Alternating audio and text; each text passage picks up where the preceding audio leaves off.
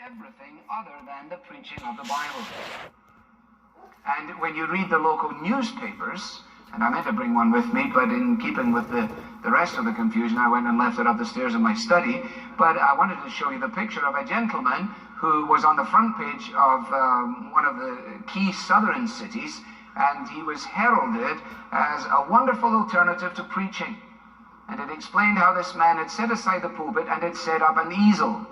And in the time devoted to the preaching of the word, he had done a painting with certain music playing in the background, which was supposed to induce in the listeners, I suppose, a susceptibility to his painting, which, and I'm no great art critic, but it didn't look particularly good to me on the front page of the newspaper. But it was extolled as a wonderful breakthrough, and it would appear as though the people would be encouraged to run off in search of the painters, and certainly they don't want to go looking for the preachers.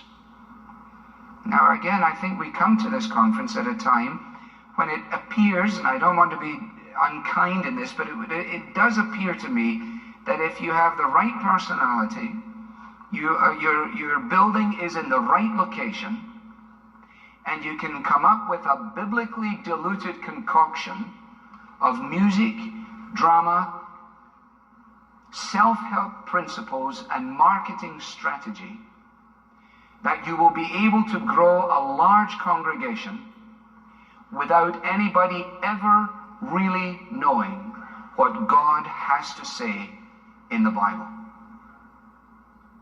That is the environment of contemporary American culture.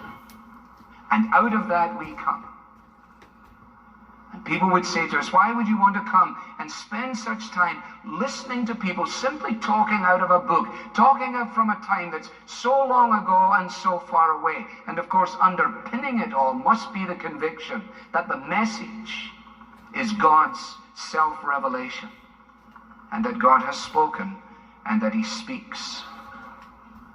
Now what I'd like to do is go really no further than this second verse and point out to you just a couple of things.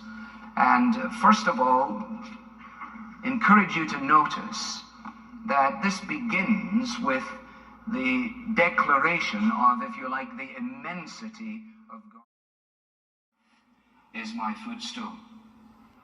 Now, we're not unfamiliar with the fact that God's footstool is described in various ways in the Old Testament. In 1 Chronicles, it is the house that was built, or the ark that was contained within the house.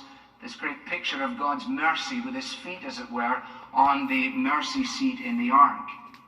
But that's not what Isaiah is emphasizing here. It is not God's mercy that is in emphasis, but it is the immensity of who God is.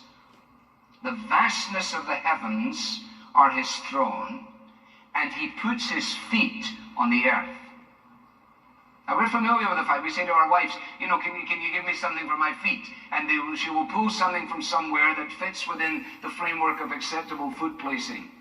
Other things we're not allowed to put our feet on. But it is an expression of its smallness and its apparent insignificance, that we don't bow down before it, we don't worship it, we put our feet on it. And here we are this afternoon, coming out of an environment in which Mother Earth is revered.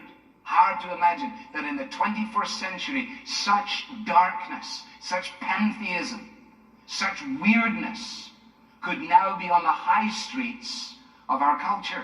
But it is.